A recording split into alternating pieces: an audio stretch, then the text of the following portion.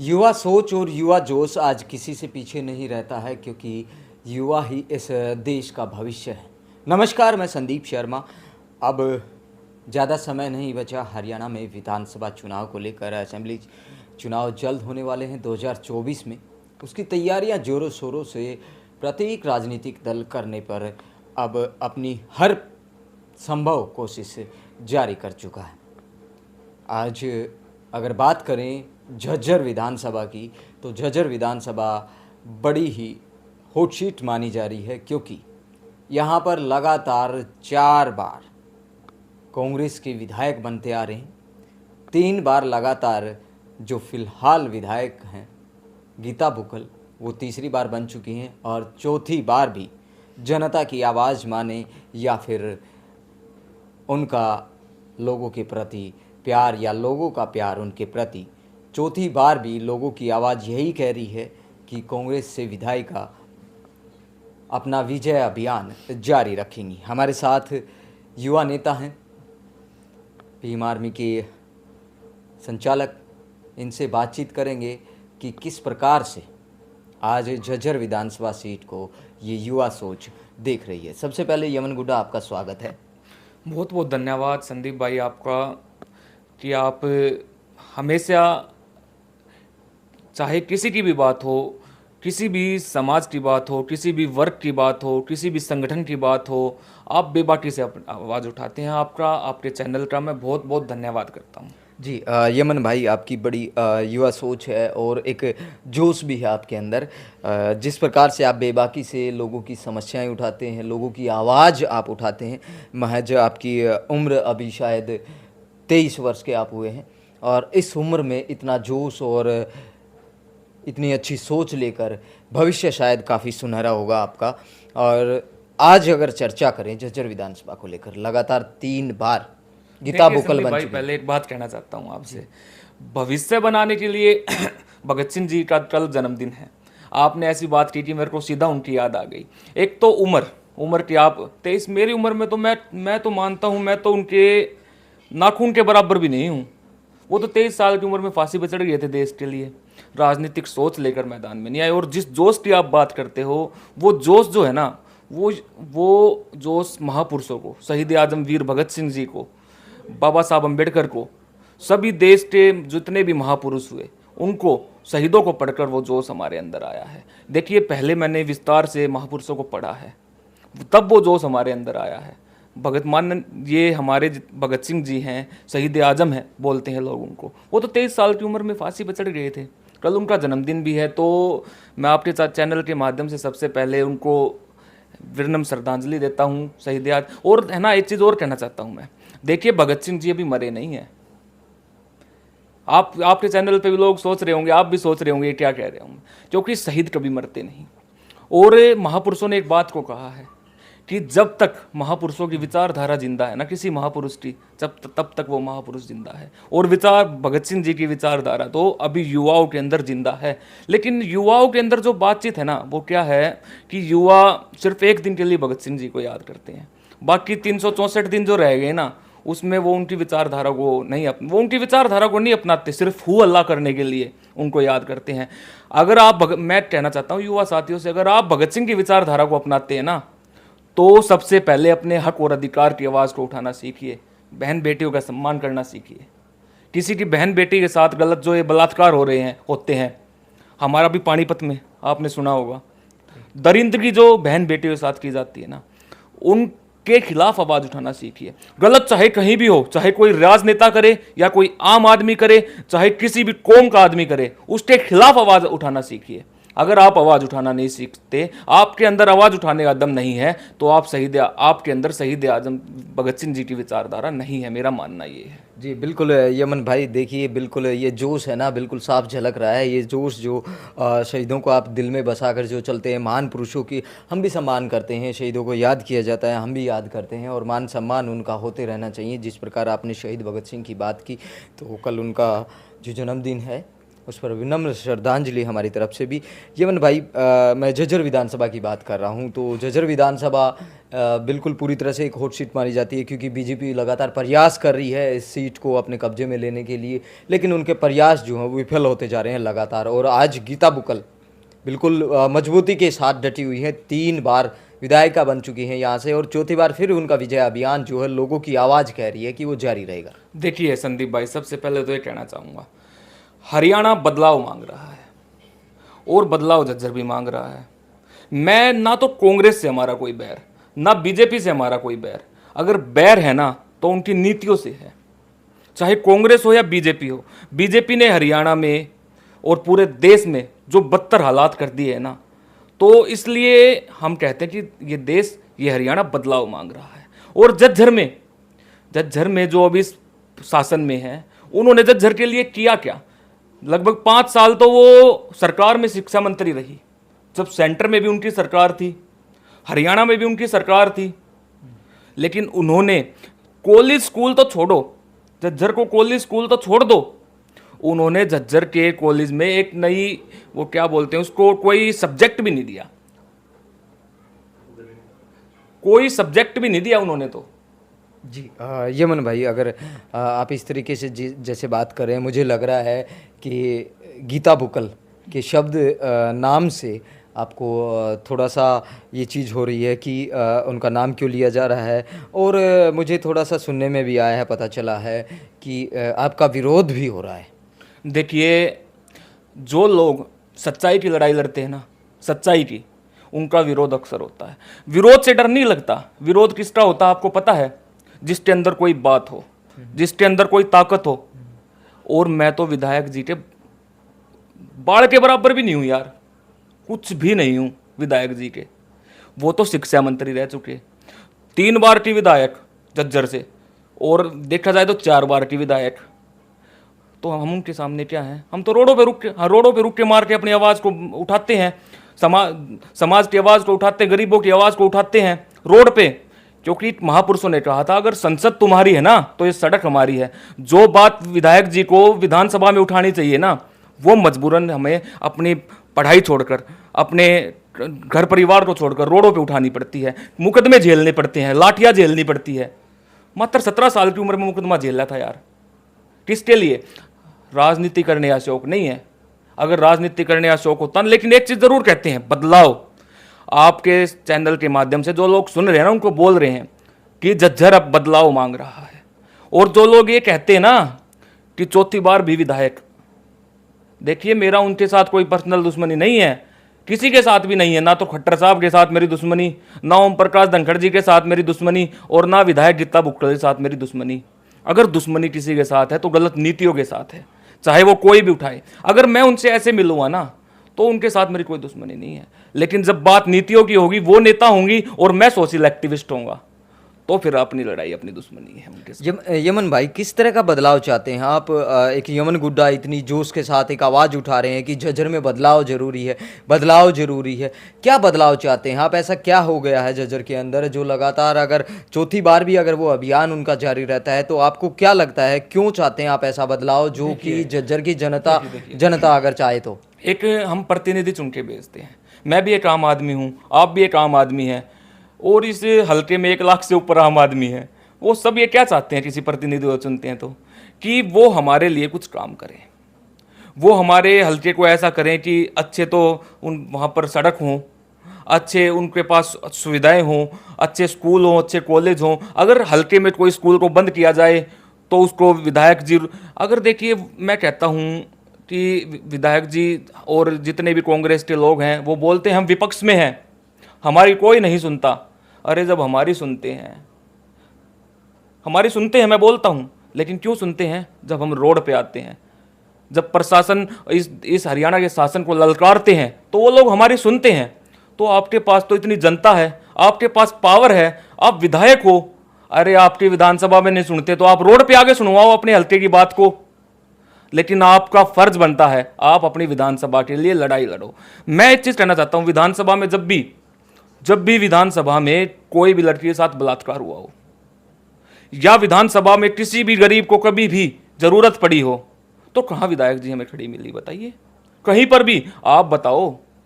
5 साल की लड़की का रेप हुआ, बाद में कोई भी आश्वासन देने आ जाए, लेकिन पहले मैं उस दिन रात को भी वहां मौजूद था। मैं 3-4 दिन तक, जब तक वहां पर कोई स्ट्रिक्ट फैसला एसपी के द्वारा नहीं आया, जब तक वहां पर मौजूद था। अमादल शाहपुर एक गांव है, वहां का एक केस था, उस केस में भी मैं मौजूद था। हमेशा सोशल एक्टिविस्टों को रोड पे क्यों आना पड़ता है? एक हमारे जैसे युवाओं को क्यों रोड पे आगे लड़ाई लड़नी पड़ती है? फिर हमारा प्रतिनिधि किस काम का भाई? हम बदलाव चाहते हैं, एक ऐसे प्रतिनिधि को विधानसभा में, इन लोगों से अपील करता हूं, ऐसे प्रतिनिधि को विधानसभा में भेजो जो आपकी आवाज विधानसभा से लेकर सड़क तक उठाए। देखिए यमन भाई, मैं आपकी बात रोक के ये कहना चाहूँगा कि प्रतिनिधि अच्छे से अच्छा आता है, जब लोगों के बीच जाता है तो प्रतिनिधि कहता है कि मैं आपके चरणों में रहूँगा। लेकिन वो प्रतिनिधित्व करना जब शुरू करता है, तो वो सब वायदे, वो बातें भूल जाता है। वो जनता आखिर विश्वास करे तो किस पे करे? अब उस जनता के समक्ष जो है, जो पब्लिक जो देख रही है, वो पब्लिक कैसे विश्वास करे कि कौन सही है, कौन गलत है? क्या भविष्य जनता नहीं जानती कि ये इंसान क्या ये करेगा? बात जो आपने कही है ना, ये बिल्कुल सही बात आपने कही है। देखिए, मैं कहता हूँ लोग ना, आपने एक बात सुनी होगी कि लोग कांग्रेस को पसंद कर रहे हैं। जी बिल्कुल सुनी है हरियाणा में ये बात आपने? बहुत लेकिन वो लोग कांग्रेस को पसंद नहीं कर रहे, उनके पास बीजेपी को हटाने के लिए कोई दूसरा ऑप्शन ही नहीं है। उनके पास कोई दूसरा ऑप्शन ही नहीं है। उनको ऐसा अगर लगता है कि बीजेपी को हटाना है तो हमें कांग्रेस को लाना पड़ेगा। लेकिन यही बात अगर थोड़े दिन हम 10-15 साल पीछे चले जाएं तो वो लोग कांग्रेस से भी ऐसे ही परेशान थे ना, कांग्रेस से ही परेशान थे। कांग्रेस को हटाने के लिए बीजेपी को ले आए। अब बीजेपी से परेशान हो गए तो बीजेपी को हटाने के लिए कांग्रेस को लाएंगे। लेकिन मैं इन लोगों को बोलना चाहता हूं, आप किसी पार्टी को वोट मत दो, आप ऐसे नेता को वोट दो जो आपकी आवाज बने। और आप अगर ये कह रहे हो कि कोई नेता ऐसा नहीं है, भाई देखो, मैं कहता हूं नेता हैं, अपने बीच के नेता को उठा के भेजो, जिसको 10 करोड़ रुपए लागे विधानसभा में ना भेजा जाए, जिसके करोड़ों रुपए खर्च न हो। आप अपने नेता को उठाओ, उसको वोट डालो, उसको विधानसभा तक भेजो। मैं गारंटी देता हूँ अगर उसके पैसे नहीं लगेंगे ना तो फिर वो आपकी आवाज़ बनेगा। यार, जो बंदा बिना विधानसभा में जाए, आपकी आवाज़ है हर जिले में ऐसे बंदे जो बिना विधानसभा में जाए 20-20 साल से आवाज़ें उठा रहे हैं। जो राजनीति करता है ना, वो आपको भी और मुझे भी क्लियर दिख जाता है ये बंदा राजनीति कर रहा है। लेकिन जो राजनीति नहीं करता उसका भी अलग से पता चल जाता है ये समाज की वाकई में आवाज उठा रहा है। और रही बात विधानसभा चुनाव की, तो बदलाव, और झज्जर तो मेरी खुद की विधानसभा है, पूरे हरियाणा में टीम है। लेकिन बात झज्जर की कर रहे हो ना, तो झज्जर में बता दूं बदलाव होगा। जो लोग ये कह रहे हैं ना कि चौथी बार विजय अभियान जारी रहेगा, तो आज आपके चैनल के माध्यम से कह रहा हूं, जब विधानसभा चुनाव खत्म हो जाए ना तो देख लेना। और शायद झज्जर में आपने अभी तक कोई ऐसा बंदा मिला ना हो जो माइक के माध्यम से ये बात कह दे, तो मैं ये बात कहता हूँ बदलाव होगा। और बदलाव होता नहीं, बदलाव करना पड़ता है। उस बदलाव को हम करके दिखाएंगे। क्या मनमुटाव है? क्या ऐसा हो चुका है, क्या हो गया है यमन गुड्डा कि आप जो विधायिका हैं उनके मतलब इतने खिलाफ बोल रहे हैं? मतलब चौथी बार जो वो विजय अभियान की अगर जनता बात करिए, आप कह रहे हैं कि नहीं होगा, वो कैसे संभव है? कि क्या कोई ऐसा कैंडिडेट आ रहा है किसी पार्टी से, या निर्दलीय कोई ऐसा उम्मीदवार आ रहा है जो आने वाले समय में विधायिका गीता बुक्कल को टक्कर दे सकता है? देखिए संदीप भाई, पहले भी कहा मैंने आपको कि अपनी लड़ाई ये गीता बुक्कल मैडम और विधायिका जी से के साथ बिल्कुल भी पर्सनल नहीं है, नीतियों के साथ लड़ाई है। जब हम उनको 15 साल मौका दे चुके हैं तो हम उनको 16वें साल में मौका क्यों दें? उनकी नीतियां काम नहीं आई? क्या आई आप बता दो। अगर आई ना तो आपके पास भी यही माइक है, आपकी आवाज़ भी लोग सुन रहे हैं, मेरी भी सुन रहे हैं। आप बताओ क्या काम आई? अगर आई तो आप बता सकते हो। मैं कहता हूं कुछ भी काम नहीं आई। और अभी तक मैं नहीं कह रहा कि मैं किसी कैंडिडेट की सपोर्ट में हूं, बीजेपी की सपोर्ट में हूं, इनेलो की सपोर्ट में हूं, बसपा की सपोर्ट में। मैं किसी की सपोर्ट में नहीं बोल रहा, मैं सिर्फ सच्चाई बयां कर रहा हूं। और बदलाव कैसे होगा बताऊं? बदलाव हम गाँव गाँव में जा भी रहे हैं। चाहे मैं रोज 5 बंदों को समझाऊं, लेकिन मैं समझाता हूं, उनको ये बताता हूं, आप अपने वोट को एक ऐसे इंसान को दो, बदलाव तो करो। क्या पता, देखिए बीजेपी पार्टी खराब थोड़ी है, कांग्रेस पार्टी खराब थोड़ी है, खराब है उनके नेता। एक बात और कहता हूं आपसे, देखिए एक जाति की बात करते हैं तो जिस जाति से गीता बुक्कल जी आती हैं, ऐसी समाज से वो आती हैं। और बाबा साहब अम्बेडकर ने जब आरक्षण लिखा ना, तो उन्होंने क्या सोच के लिखा था कि भाई 17 एमएलए हमारे हरियाणा से जाएंगे, तो वो जब समाज के ऊपर बात आएगी ना तो उनकी बुलंद आवाज बनेंगे। लेकिन भाई 17 एमएलए तो बुलंद आवाज तो बने, लेकिन अपनी पार्टियों की बने, कभी समाज की बुलंद आवाज नहीं बने। SC/ST एक्ट को हटाया गया 2018 में, 2 अप्रैल का आंदोलन, शायद आपको याद हो तो मैं बता देता हूँ, हटाया गया। लेकिन एक भी विधायक ने विरोध किया हो तो बताओ, एक भी सांसद ने विरोध किया हो तो बताओ। किसी भी जाति से ले लो, ब्राह्मण जाति से अरविंद शर्मा जी आते हैं, जाट जाति से दीपेंद्र हुड्डा जी आते हैं। जहां उनकी राजनीति पकती है ना, वहां तो वो लोग आवाज उठाते हैं पहलवानों के मुद्दे पर। वहां लोग थे जंतर मंतर पर, तो उनकी राजनीति पक रही थी, सारे पहुंच गए। वो एक बच्ची थी अंतिम पंगाड़, उसकी आवाज किसने उठाई? किस राजनेता ने उठाई? एक भी राजनेता ने उनकी आवाज नहीं उठाई। ये लोग सिर्फ अपनी राजनीति करने पर बने हुए हैं। दीपेंद्र हुड्डा की बात करते हैं, दीपेंद्र हुड्डा की बात करते हैं तो क्या है, हाथरस में एक केस हुआ। उस केस में दीपेंद्र हुड्डा जी राहुल गांधी, प्रियंका गांधी जी के साथ हाथरस तक पैदल चल के गए, लाठियां खाई। भाई हमने सोचा बड़े दलित हितैषी लोग हैं, गरीबों के हितैषी लोग हैं। लेकिन जब राजस्थान में जितेंद्र मेघवाल की मूछ रखने पर हत्या हुई, एक छोटे से बच्चे की मटके से पानी पीने पर हत्या हुई, एक गांव में घोड़ी पर चढ़ने पर हत्या हुई, तब दीपेंद्र हुड्डा ने एक फोन राहुल गांधी, वहां पे तो शायद राहुल गांधी को लाठियां खाने की जरूरत नहीं थी, एक CM को अपने को फोन करना था खाली कि तुरंत इस पर कार्रवाई हो और तुरंत अपराधियों को। लेकिन आज तक कोई अपराधी नहीं पकड़ा गया जितेंद्र मेघवाल के केस में। ये दुर्भाग्य है इन पार्टियों का कि ये अच्छी राजनीति नहीं कर रहे। ये इस देश में जो राजनीति हो रही है वो पूरे रूप से गंदी हो रही है, और इसमें झज्जर की राजनीति भी शामिल है। एक राजनीति की बात आप कर रहे हैं लगातार, जब चुनाव का समय आता है जातिवाद में सब लोगों को एक जातिगत तरीके से बांटना शुरू कर दिया जाता है। SC समाज से कोई आता है तो वो कहता है कि हम SC समाज के लोग हैं, और या फिर कोई अन्य कहता है कि हम आपके साथ हैं। कोई एक मिनट आप मेरी ये बात सुनिए बीच में, जातिगत समीकरण क्यों बनते हैं? क्या आप जनता को कोई मैसेज देना चाहेंगे कि युवा सोच है, युवा एक बार साथियों आप मेरी बात सुनो, मेरे को कुछ याद आ गया। थोड़े दिन पहले, 6 महीने पहले की बात है, सिंहपुरा गांव है रोहतक में। वहां पर हाई कोर्ट के आदेश थे कि इन घरों को तोड़ दिया जाए, जिन घरों को बने हुए 50 से 60 साल हो चुके हैं, और पंचायती जगह पर। और नियम ये है कि अगर वो इतने दिन तक वहाँ पर पंचायती जगह पर रह रहे हैं तो वो जगह रूल के हिसाब से भी उनको दे दी जानी चाहिए। लेकिन हाई कोर्ट का आदेश आता कि उनको तोड़ दिया जाए। एक भी दलित नेता, सारे घर दलितों के, गरीबों के थे, क्या एक भी गरीब दलित नेता वहाँ पहुँचा? एक भी नहीं पहुँचा। जितनी लोग राजनीति करने के लिए वहां पर बहुत पहुंचे, ब्राह्मण भी पहुंचे, जाट भी पहुंचे, दलित भी पहुंचे, लेकिन जब वहां पर तोड़ने के लिए JCB आई तो अकेला यमन गुड्डा वहां खड़ा क्यों मिला? भाई हमने अपनी छाती JCB को लगाई थी, और वहां खड़े SHO को बोला था ये JCB तब आगे जाएगी जब इस छाती पे चलेगी, पहले इन घरों पे नहीं चलने देंगे। और आज भी आप जाके देख सकते हो, कोर्ट का आदेश भी कैंसिल हुआ, आज भी वो घर वहीं पर खड़े हैं। अब अपने युवा साथियों के लिए यमन गुड्डा क्या करने वाले हैं? किस प्रकार से बदलाव लाएंगे? कैसे लोगों को जागरूक करेंगे? किस तरीके से आप बदलाव लाना चाहते हैं? युवा साथियों को कैसे जागरूक करेंगे? क्या कहना चाहेंगे? किस प्रकार से मैसेज छोड़ेंगे कि जातिगत जो है, धर्म के नाम पर जो वोट बैंक राजनीतिक लोग बनाते हैं, उनको कैसे जागरूक करेंगे? देखिए, अभी जैसे जात धर्म के नाम पर ये सरकारें भड़काती है, नू मेवात का केस आप देख सकते हैं। वो मैं कहता हूँ, खुले रूप से कहता हूँ, ना मुकदमों से डरता ना लाठियों से। वो सरकार की करवाई हुई करतूत थी सारी, सरकार ने जानबूझ के वो कांड करवाए, धर्म के नाम पर वोट, हिंदू मुसलमान के नाम पर। और मैं सभी हिंदू भाइयों से ये अपील करता हूं कि ये, और मुसलमान भाइयों से, धर्म के नाम पर अपने आप को मत बांटो, जाति के नाम पर अपने आप को मत बांटो। वोट उसको दो जो आपका सच्चा हितैषी है, जो आपको आपकी आवाज को उठा सके। अगर विपक्ष में भी है तो आपकी आवाज को विधानसभा से सड़क तक उठा सके। ये मैसेज में, और युवा, जहां तक बात है ना बदलाव की, पूरी तो हरियाणा प्रदेश की कार्यकारिणी तैयार कर चुके हैं। जल्द, बहुत जल्द, शायद नवंबर के महीने में हम पूरी कार्यकारिणी को अनाउंस करेंगे अपनी, हर जिले की, और ड्यूटी लगाकर। पैसा खर्च नहीं है, देखिए पैसा है नहीं, और तन मन से कोशिश करेंगे हरियाणा में एक अच्छा बदलाव लेकर आए।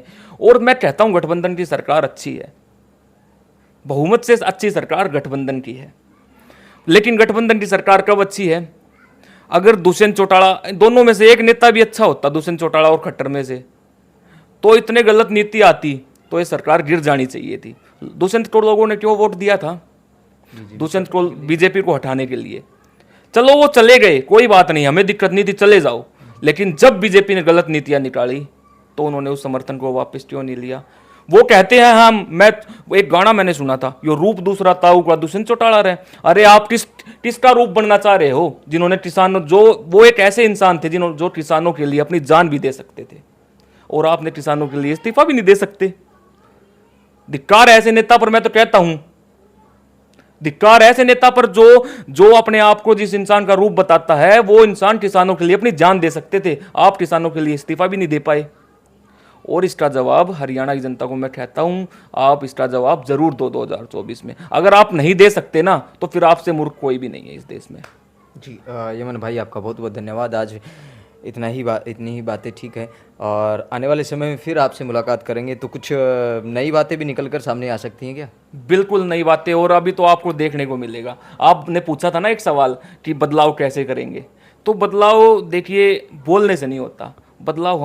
लेकिन एक बात ये गलत रही, मैंने बोलने से ही बदलाव भी होगा। आपके थ्रू हम अगर इसको जो लोग सुनेंगे, उनमें से मान लो 1000 लोगों ने हमारी बात को सुना, तो 100 आदमी तो कम से 50 आदमी तो कम से कम बदलाव की तरफ जाएंगे।